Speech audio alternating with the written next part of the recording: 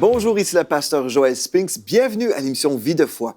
Aujourd'hui, on va répondre à une question très importante. Est-ce que je peux être certain d'aller au ciel? Vous savez, il y a plusieurs chrétiens qui se posent la question. Plusieurs chrétiens vivent dans l'espoir de peut-être se rendre au ciel, mais quand on est incertain, on ne peut pas vivre avec une joie totale. On ne peut pas vivre dans la plénitude de ce que Dieu en réserve pour nous parce qu'on vit toujours un petit peu dans la crainte. On a peur de manquer, en fait, la promesse de la vie éternelle. Mais aujourd'hui, on va avoir la réponse à partir de la parole de Dieu. En fait, cette semaine, nous étudions ensemble et vraiment, c'est une invitation à toute la jeunesse et peu importe votre âge, vraiment, la parole de Dieu, c'est bon pour tout le monde, mais spécialement, j'avais à cœur de faire le disciple victorieux, la formation pour les nouveaux croyants, mais spécialement pour la jeunesse. Je vous rappelle aujourd'hui que l'enseignement est tiré à partir du manuel Le disciple victorieux que vous pouvez vous procurer sur le site web emciboutique.com. Donc, tout ce qu'on va voir aujourd'hui et dans les autres émissions se retrouve en fait en format plus détaillé sur le site web emciboutique.ca. Dans le livre Le disciple victorieux, en fait, on va parler dans le premier thème, en fait, c'est la définition du salut, ce qu'on a vu hier. Aujourd'hui, l'assurance du salut. Dans le troisième chapitre, la persévérance des saints, les différents types de baptême, le Dieu 3 fois saint, la parole de Dieu, la prière, la définition de l'Église locale et de l'Église avec un grand E, les fonctions de l'Église locale et l'évangélisation personnelle. Voilà donc 10 thèmes qu'on aborde dans le livre Le disciple victorieux. Et il y a plusieurs églises et même certains mouvements d'églises qui ont adopté le disciple victorieux pour faire des disciples justement, parce que la vision, c'est de, oui, prêcher l'Évangile, gagner des âmes, mais ensuite, Dieu nous appelle à faire des disciples et c'est souvent ce qu'on ne fait pas. Souvent, on est très bon pour faire répéter une prière de conversion, la prière de la foi, mais après, on abandonne souvent les nouveaux-nés spirituels et c'est une des raisons pourquoi le corps de Christ n'avance pas comme on devrait avancer. Dieu nous appelle à faire des disciples et c'est ça qu'on va faire aujourd'hui dans les nations. Donc, on va juste faire un retour sur ce qu'on a vu hier pour continuer et bâtir sur une bonne fondation. On a vu hier, en fait, que Dieu s'intéressait à nous tous. Il connaît même le nombre de cheveux qu'on a sur la tête. On a vu que Dieu avait un plan spécifique pour notre vie. Et en fait, il y a quelque chose qui nous bloque. En fait, c'est le péché. Donc, le péché nous bloque de cette bonne relation avec Dieu et la sentence de la mort est toujours sur notre tête. Donc, Dieu dresse un choix devant nous. Nous pouvons choisir entre la mort ou la vie. Si on choisit la vie, et on a compris que Jésus était la vie, la source de la vie. Jésus a dit de lui-même, « Je suis le chemin, la vérité et la vie. Nul ne vient au Père que par moi. » Donc, on a compris que si on choisissait Jésus-Christ, nous pouvons entrer dans cette dimension de la vie éternelle. Donc, l'homme peut être sauvé. On a vu ça hier dans notre dernière émission. Et on a réglé l'histoire de l'obstacle du péché en recevant le Seigneur Jésus-Christ. Il est notre solution. Nous pouvons recevoir le pardon de tous nos péchés, comprenant très bien qu'il est la seule solution parce que personne d'autre a payé le prix pour le pardon de nos péchés. Et on a vu, en fait, qu'on pouvait être totalement pardonné, totalement purifié et aller au ciel. Aujourd'hui, on se pose la question, OK, j'ai été pardonné, purifié de tous mes péchés, mais aujourd'hui, est-ce que je peux être sûr et certain d'aller au ciel? Bien, la réponse est oui. En fait, venez avec moi dans la parole de Dieu. On va aller ensemble dans 1 Jean chapitre 5 au verset 13 où nous lisons « Je vous ai écrit ces choses afin que vous sachiez que vous avez la vie éternelle. » Donc ici, 1 Jean 5, 13, « Je vous ai écrit ces choses afin que vous sachiez que vous avez la vie éternelle. » Donc si le texte me dit que vous avez la vie éternelle ou « j'ai la vie éternelle », bien je peux savoir que je m'en vais au ciel et aujourd'hui, je peux avoir la certitude que je possède cette vie éternelle que le Seigneur m'offre. Amen. Et dans Jean 5, verset 24, on a un autre verset pour vraiment nous affirmer que nous pouvons être sauvés aujourd'hui et le savoir, en fait. Il est écrit, en vérité, je vous le dis, celui qui écoute ma parole et qui croit à celui qui m'a envoyé, donc Jésus parlait ici, a la vie éternelle et ne vient point en jugement. Donc, a la vie éternelle. On parle ici, vraiment, c'est un verbe au présent, j'ai la vie éternelle et ne vient point en jugement, mais il est passé de la mort à la vie. Voilà 2 versets de la parole de Dieu qui nous déclarent très clairement que nous pouvons avoir l'assurance de la vie éternelle. Donc, ça, c'est merveilleux. Parce que, vous savez, si on vit notre vie chrétienne toujours dans le doute on peut vraiment être perturbé, on peut marcher aussi dans la crainte, et ce n'est pas le cœur de Dieu pour nous.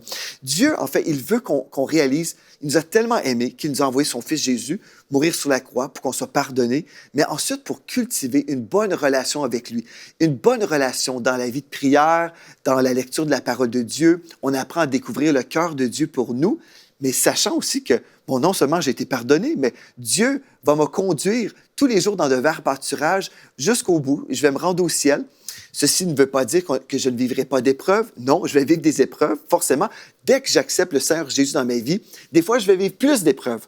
Parce que là, je viens de changer de royaume. Je viens de changer du royaume des ténèbres au royaume de la lumière. Donc, les ténèbres, parfois, vont s'opposer à moi pour me décourager. Des fois, c'est des amis qui vont me blesser. Ils vont essayer de me décourager dans ma foi chrétienne. Bon, des fois, je peux vivre de l'opposition. Mais je demeure dans des verts pâturages, les chemins ou le chemin de la vie avec le Seigneur Jésus-Christ. Donc, je suis sauvé aujourd'hui et je vais me rendre au ciel. Et ultimement, je vais me réjouir dans la présence de Dieu. Même aujourd'hui, je peux me réjouir dans la présence de Dieu. Mais ultimement, je sais que mon nom est écrit dans le livre de vie. Je sais que ma résidence céleste est en préparation en ce moment. Gloire à Dieu pour ça. Donc, des choses qu'on veut comprendre. OK, j'ai été pardonné. Aujourd'hui, la Bible me dit que je peux le savoir, que j'ai la vie éternelle. Bon, là, ce que j'ai besoin de comprendre, c'est Dieu m'appelle à être transformé par le renouvellement de mon intelligence. Donc, j'ai besoin de changer ma façon de me percevoir. La première chose qu'on veut comprendre, c'est dans 2 Corinthiens 5, verset 17. Nous lisons, « Si quelqu'un est en Christ, il est une nouvelle créature, ou création, dépendamment des versions, mais si quelqu'un est en Christ, il est une nouvelle créature. Les choses anciennes sont passées. Voici, toutes choses sont devenues nouvelles. » Qu'est-ce que ça veut dire, ça? Bon, je suis une nouvelle créature. Est-ce que physiquement, mon corps a changé depuis hier? Non. Si vous avez accepté Jésus hier, bien votre corps est resté pareil, à moins d'avoir vécu une guérison surnaturelle. Gloire à Dieu, c'est merveilleux. Mais votre corps, typiquement, n'a pas changé. Qu'est-ce qui a changé? Qu'est-ce qui est devenu nouveau? Bien, c'est notre esprit. En fait, notre esprit a totalement changé. Autrefois, on était dans la mort. Aujourd'hui, nous sommes dans la lumière et le Saint-Esprit est venu habiter notre esprit et nous sommes devenus le temple du Saint-Esprit. Là, vraiment, c'est là où tout a changé. Nous sommes devenus une nouvelle personne, une nouvelle créature qui n'a jamais existé autrefois. La façon que je peux vous aider à comprendre, admettons, je prends mon café ici, mais si je décide de mettre de la crème, dans mon café, je vais tout mélanger, bien, on ne peut pas séparer la crème du café parce que, voilà, la boisson a été totalement transformée. Autrefois, c'était un café noir, mais avec la crème, bien, on voit que le café a changé. Et c'est ça qui se produit avec nous. C'est une illustration très, très simple, mais simplement pour vous aider à comprendre, lorsque le Saint-Esprit est venu en vous, le Saint-Esprit vous a communiqué la vie de Dieu.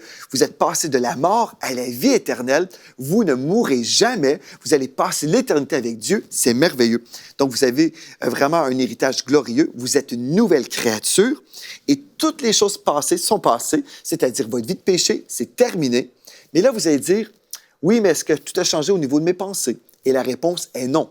Dans notre âme, c'est-à-dire notre pensée, notre volonté et nos émotions, c'est là où on a besoin d'être transformés de jour en jour. Et c'est pour ça que Dieu nous dit, soyez donc transformés par le renouvellement de l'intelligence afin de discerner la volonté de Dieu, ce qui est bon, agréable et parfait. OK.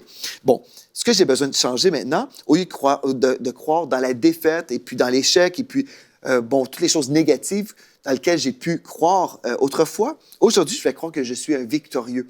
Si je parle d'être un disciple du Seigneur Jésus, être comme Jésus, mais non seulement être comme Jésus, mais aussi comprendre que je suis victorieux, tout comme Jésus a été victorieux sur la mort, je suis victorieux. Romains 8, 37 me dit, dans toutes ces choses, nous sommes plus que vainqueurs par celui qui nous a aimés.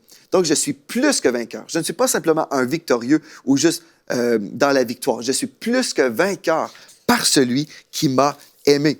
Et là, je comprends aussi que le Saint-Esprit habite en moi. La référence biblique, c'est dans Romains 8, 9, qui nous dit, « Pour vous, vous ne vivez plus selon la chair, mais selon l'Esprit, si du moins l'Esprit de Dieu habite en vous. Si quelqu'un n'a pas l'Esprit de Christ, il ne lui appartient pas. » Donc, dès qu'on donne notre vie à Christ, l'Esprit de Christ vient. Amen. Donc, vous êtes devenu une nouvelle créature. C'est glorieux. Et quand je suis une nouvelle créature, bien, toutes mes fautes du passé sont supprimées. Dieu a totalement supprimé l'historique de mes péchés. Donc aujourd'hui, je peux me tenir devant Dieu sans aucun sentiment de culpabilité. N'est-ce pas merveilleux de savoir ça? Je peux me tenir devant Dieu et dire, Seigneur, merci parce que à cause de Christ, j'ai été parfaitement pardonné et aujourd'hui, je suis parfait. Ah, non, pasteur Joël, moi, je ne suis pas parfait. On comprend, il y a une différence entre notre position en Christ et notre condition humaine. Bon, notre condition, c'est vraiment notre réalité. La façon qu'on peut se sentir, la façon qu'on peut agir, notre comportement, c'est un certain niveau en ce moment. Mais comme le Saint-Esprit est venu en moi, le Saint-Esprit va me parler tous les jours, il va me dire, cesse de faire telle chose, commence à faire d'autres choses, commence à faire ceci ou cela. Donc, le Saint-Esprit va me parler pour me diriger dans ma vie. Et on appelle tout ça, en fait, un travail de la sanctification. C'est un gros mot, mais être sanctifié veut dire être mis à part pour Dieu. Donc, c'est un mot, en fait, qui veut simplement dire mis à part ou réservé pour le saint service de Dieu, pour l'utilisation de Dieu. Donc, l'Esprit de Dieu va me parler et constamment, de jour en jour, ma condition humaine va rejoindre ma position divine, celle de la perfection. En Christ, puisque j'ai été sauvé, bien, je suis devenu un enfant de Dieu et j'ai été parfaitement purifié de tous mes péchés. Donc aujourd'hui, je peux comprendre selon Romains chapitre 8, verset 1, il est écrit, « Il n'y a donc maintenant, aucune condamnation pour ceux qui sont en Jésus-Christ. » En effet, la loi de l'Esprit de vie en Jésus-Christ m'a affranchi ou m'a libéré de la loi du péché et de la mort. Donc aujourd'hui, j'ai été libéré. Donc si je suis libre du péché et de cette loi du péché, bien, il n'y a aucune condamnation pour moi. Parce que tous mes péchés ont été supprimés, jetés dans la mer de l'oubli. Gloire à Dieu, j'avance avec Dieu sans aucun sentiment de condamnation parce que Jésus a payé pour mon pardon. Gloire à Dieu, ça c'est bon. Et là, non seulement je peux savoir que j'ai été pardonné et purifié, mais dans Hébreux 9, 14, le texte me dit même que ma conscience peut être purifiée. C'est-à-dire, même mes péchés du passé, là, moi aussi, je peux choisir d'oublier tout ça. Je peux choisir de supprimer la mémoire de toutes ces choses-là. Vous avez dit, ben, c'est impossible, je vais toujours me rappeler de mes fautes. Humainement, c'est impossible, mais je peux choisir de méditer sur la vérité de la parole de Dieu plutôt que de méditer sur ma vie de péché d'autrefois. Bon, je vais m'en rappeler. Oui, j'ai commis des péchés. Oui, c'est sûr, on va se rappeler de ces choses-là. Mais je ne vais pas méditer sur ces choses-là. Et là, ma conscience de mes péchés, là, ma conscience, elle est purifiée dans le nom de Jésus. Alléluia. Et j'ai une autre promesse aussi qu'on a vraiment besoin de voir ensemble. Dans Jean 10, versets 27 et 28, remarquez bien, il est écrit « Mes brebis entendent ma voix, je les connais et elles me suivent. » Donc, vous suivez le Seigneur maintenant, je leur donnerai la vie éternelle et elles ne périront jamais et personne ne les ravira de ma main. Une fois que vous avez donné votre vie au Seigneur Jésus-Christ, il n'y a aucune personne qui peut venir vous enlever de la main de Dieu. Vous avez été sauvé, OK, ça c'est vous êtes en Christ, personne ne peut vous forcer à abandonner Christ. Non, vous êtes en lui et si vous mettez en pratique ce que le texte dit, elles me suivent, vous êtes une brebis, vous suivez le Seigneur, vous ne périrez jamais. Pourquoi? Parce que vous suivez celui qui vous mène dans la vie éternelle. Il ne vous dirigera jamais vers la mort. Non, votre Seigneur, le Seigneur Jésus, il vous dirige toujours vers le ciel. OK? Ça, c'est hyper merveilleux. Là, je comprends, OK, j'ai été sauvé, pardonné, j'ai une nouvelle conscience, une nouvelle identité en Christ en plus. Mais là, je veux vraiment vous aider à comprendre que vous avez véritablement été transformé. Remarquez bien, dans Hébreux 10, 14, le texte me dit, par une seule offrande, ici on parle de Christ à la croix qui s'est offert pour nous tous, par une seule offrande, il a amené à la perfection pour toujours ceux qui sont sanctifiés. Comme j'ai déjà expliqué, vous avez été mis à part pour Dieu, vous vous êtes donné à Jésus, bien vous êtes devenu parfait. Vous avez été amené à la perfection pour toujours parce que vous êtes en Christ, celui qui est parfait. Oh, ça, c'est merveilleux. Et dans Hébreux 12, verset 14, le texte me dit « Recherchez la paix avec tous et la sanctification sans laquelle personne ne verra le Seigneur. » OK, là, on arrive à une question hyper importante et je sais que beaucoup d'encre a coulé, en fait, sur cette question qu'on va aborder maintenant. Plusieurs chrétiens sont dans des querelles en parlant de la prochaine question qu'on va aborder ensemble. La question est la suivante. Est-ce que je peux perdre mon salut? Est-ce qu'un chrétien peut être sauvé un jour et perdu demain matin? On va voir ça ensemble. Hyper important. Si vous venez tout juste de vous donner au Seigneur Jésus, j'aimerais vous le dire au départ ce que la Bible dit. Et puis en même temps, on veut respecter ceux qui ont une opinion différente. OK? Moi, ma façon de voir les choses, aimons tout le monde, même les personnes qui comprennent d'une façon différente. OK? Donc, on doit s'entendre là-dessus. On veut être rempli d'amour, respecter les personnes qui ont des différences, des opinions différentes. Parce que dans le corps de Christ, Dieu ne nous appelle jamais à entrer dans des querelles. OK? Dieu nous appelle à marcher dans l'amour. Donc ça, c'est ma position. Mais là, je vais vous aider à comprendre ce qui s'est produit lorsque vous êtes devenu un enfant de Dieu. Parce qu'on a besoin de répondre à cette question parce que j'ai bien beau vous enseigner que vous êtes devenu parfait en Christ, que vous avez été pardonné, il n'y a aucune condamnation. Mais si vous rencontrez un chrétien dans peu de jours, dans quelques temps, vous allez rencontrer quelqu'un qui n'a pas la révélation que je vais vous partager aujourd'hui. Vous pouvez aussi tomber dans un piège où vous allez vous remettre constamment en question. Est-ce que je suis vraiment sauvé? Est-ce que j'ai commis un péché? Est-ce que Dieu m'a supprimé de son livre? Est-ce que je vais brûler en enfer éternellement? J'ai rencontré plusieurs chrétiens qui vivent tourmentés constamment parce qu'ils ont été enseignés d'une certaine façon. Bien, gloire à Dieu, aujourd'hui, on va aborder ce sujet. Est-ce que je peux perdre mon salut? Et on va le voir ensemble, ce que Dieu nous dit. OK, vous êtes prêts? On va aller ensemble dans Hébreux, chapitre 10. Je vais lire à partir du verset 38. Donc, Hébreux 10, verset 38. « Mon juste vivra par la foi. » On a vu hier qu'on est sauvé par la grâce, par le moyen de la foi. Hyper important de s'en rappeler. Donc, mon juste vivra par la foi, mais s'il, en parlant qui? Le juste, on parle, mon juste vivra par la foi, mais si le juste se retire, donc c'est lui qui se retire, le juste qui se retire, mon âme ne prend pas plaisir en lui. Donc, cela attriste le cœur de Dieu. Nous ne sommes pas de ceux qui se retirent pour se perdre. Nous ne sommes pas de ceux qui se retirent pour se perdre. OK, c'est les personnes qui se perdent. Ce n'est pas le salut qui se perd, mais c'est les personnes qui se perdent.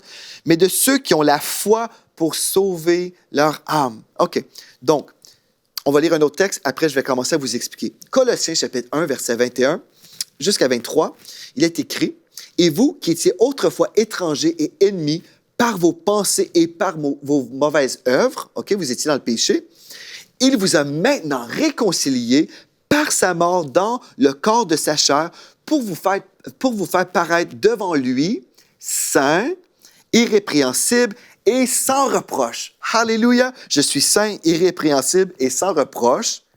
Verset 23. « Si du moins vous demeurez fondés et inébranlables dans la foi, sans vous détourner de l'espérance de l'Évangile que vous avez entendu, qui a été prêché à toute créature sous le ciel et dont moi, Paul, j'ai été fait ministre. » Donc, c'est très clair, j'ai été réconcilié. Alléluia, je suis déclaré saint, irrépréhensible, sans reproche, parce que le sang de Christ m'a totalement purifié. Mais la Bible poursuit au verset 23, « Si du moins vous demeurez fondés et inébranlables dans la foi. » Pourquoi? Parce que c'est par la grâce que nous sommes sauvés, par le moyen de la foi. La même façon que j'ai été sauvé, c'est la même façon que je demeure sauvé en demeurant sur le chemin de la foi. Amen. Tant et aussi longtemps que je suis dans la foi, dans le Seigneur Jésus-Christ, je crois qu'il est mort sur la croix, qu'il a payé ma dette de péché, tant et aussi longtemps que je suis à sa poursuite, alléluia, sans me détourner, j'ai l'espérance de l'Évangile. Gloire à Dieu, et je crois que je suis sauvé. Amen. OK, là, c'est hyper important. On va aller ensemble et vraiment se poser la question que j'ai répondu en détail en passant. Si vous voulez vraiment passer à travers plusieurs versets, le disciple victorieux va vous aider parce qu'aujourd'hui, on va juste répondre en surface, mais dans le livre, je prends le temps de décortiquer plusieurs versets qui ont pu des fois être mal compris. OK, Hébreux 10, verset 29, dans le français courant, nous lisons ici, et juste avant, je vais reposer la question, peut-on avoir été sanctifié ou purifié par le sang de Christ et par la suite offenser ou insulter notre Dieu de grâce? Bon, Hébreux 10, 29 nous dit, « Qu'en sera-t-il alors de celui qui méprise le Fils de Dieu, qui considère comme négligeable le sang de l'Alliance par lequel il a été purifié et qui insulte l'Esprit, source de grâce? Vous pouvez deviner combien pire sera la peine qu'il méritera. » Donc, la question, est-ce qu'un croyant peut perdre son salut? Est-ce qu'un croyant commet une faute, un péché, et là, Dieu dit, « Ah, non, moi je me lave les mains de toi, tu t'en vas en enfer. Est-ce que c'est ça qui se produit si vous commettez un péché? Bon, la réponse est très, très simple. Non, le salut ne se perd pas comme un trousseau de clés. Non, ce n'est pas parce que j'ai commis un péché que, d'un seul coup, que je perds mon salut. Non. Ce que je veux vous lire, en fait, je vais vous lire directement à partir de mes notes. Ça va vraiment vous aider, je crois. Est-ce qu'un croyant peut perdre son salut? Non, un croyant ne peut pas perdre son salut parce qu'il croit. OK. Cependant, la question s'impose. Est-ce qu'un croyant peut cesser d'être un croyant? Est-ce qu'un croyant peut cesser de croire dans le Seigneur Jésus? Est-ce qu'un croyant peut croire autre chose, commencer à croire dans les extraterrestres qui viendraient les sauver? Est-ce qu'on peut croire... En fait, vous savez, la même façon qu'on a été sauvé, c'est la même façon qu'on demeure sauvé. Par la grâce que nous sommes sauvés, par le moyen de la foi.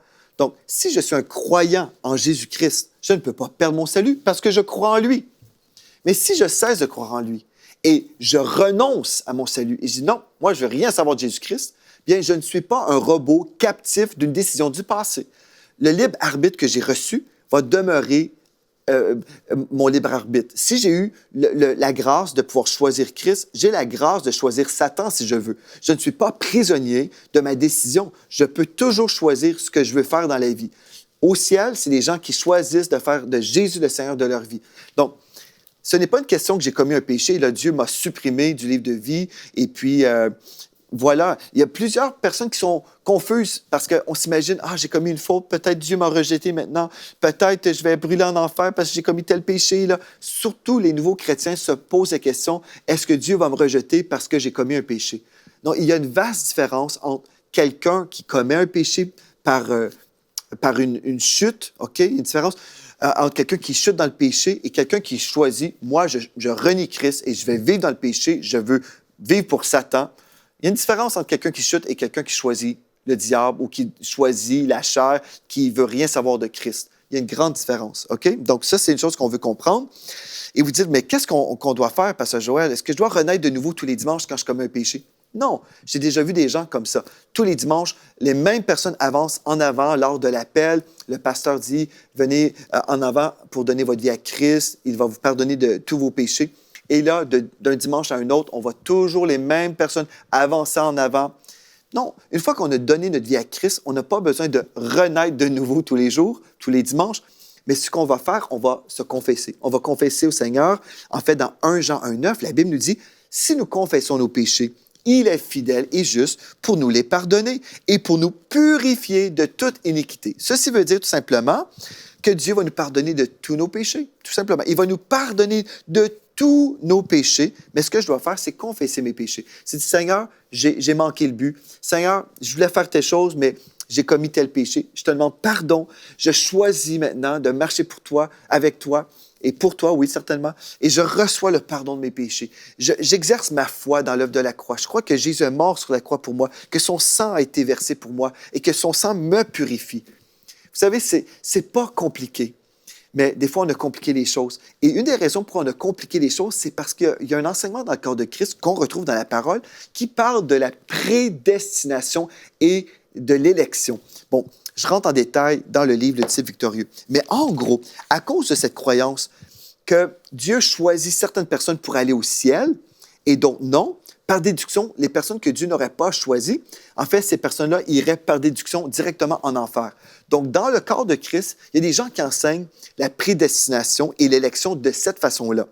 Aujourd'hui, dans les minutes qui me restent, je n'aurai pas le temps de tout vous décortiquer. Mais en gros, ce que vous devez comprendre, c'est que Dieu veut sauver tous les hommes. Et en fait, vous retrouvez partout dans la Bible, car Dieu a tant aimé le monde qu'il a donné son Fils unique. Dieu a tellement aimé le monde qu'il a donné son Fils unique afin que quiconque croit en lui ne périsse point, mais ait la vie éternelle.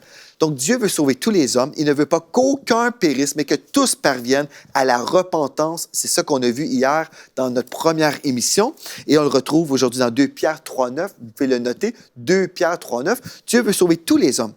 Donc, quand vous allez rencontrer quelqu'un qui enseigne sur la prédestination, parce qu'il y a certainement des versets dans la Bible qui en parlent, la prédestination et l'élection, est-ce que nous avons été élus au salut? Bien, la façon très facile de comprendre tout ça, en fait, c'est que en Christ, nous avons été élus. Et je vais vous lire le verset. C'est dans Éphésiens chapitre 1, verset 11. Ce texte-là m'a vraiment accordé une révélation qui m'a libéré. J'étais dans un séminaire, en fait, et le professeur enseignait que Dieu choisissait certaines personnes pour aller au ciel. Et j'étais tourmenté par cet enseignement-là. Je me suis dit, mais Dieu qui est amour ne veut pas qu'aucun périsse. Mais comment est-ce que c'est possible de croire et d'enseigner que Dieu choisit certaines personnes pour aller au ciel et pas d'autres? Bien, en lisant le verset suivant, dans le cours au séminaire, j'ai entendu ceci, j'ai lu ceci, Éphésiens 1, verset 11.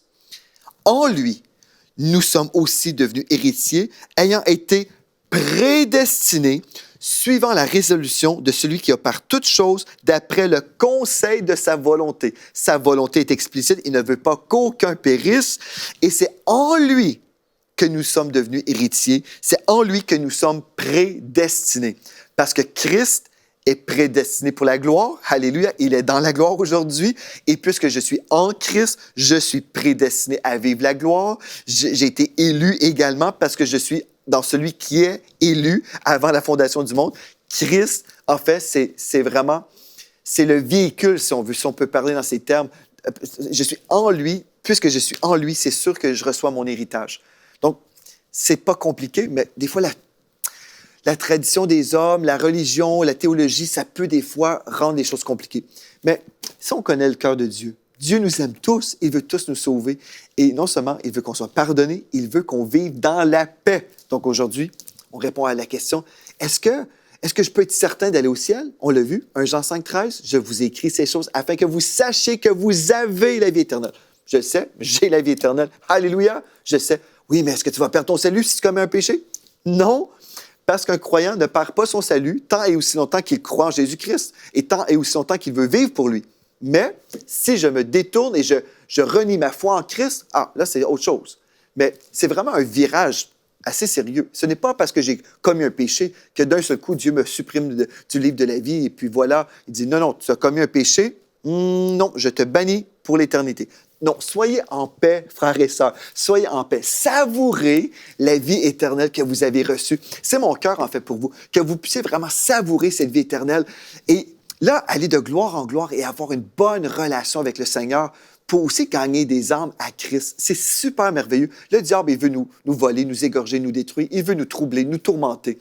Mais dès votre nouvelle naissance, je suis heureux parce que là, vous suivez le disciple victorieux et je vous donne, je le crois, les versets de la parole qui vont vous équiper pour vivre justement cette vie chrétienne dans la victoire afin d'aller de gloire en gloire. Si vous avez été touché aujourd'hui, vous avez un témoignage à me partager, écrivez-moi dès aujourd'hui à videfoi@emcitv.com, donc videfoi@emcitv.com et dites-moi ce que Dieu a fait dans votre vie. Je me réjouis toujours de lire vos courriels. D'ici à la prochaine fois, d'ici à demain, merci d'avoir été là et soyez richement bénis.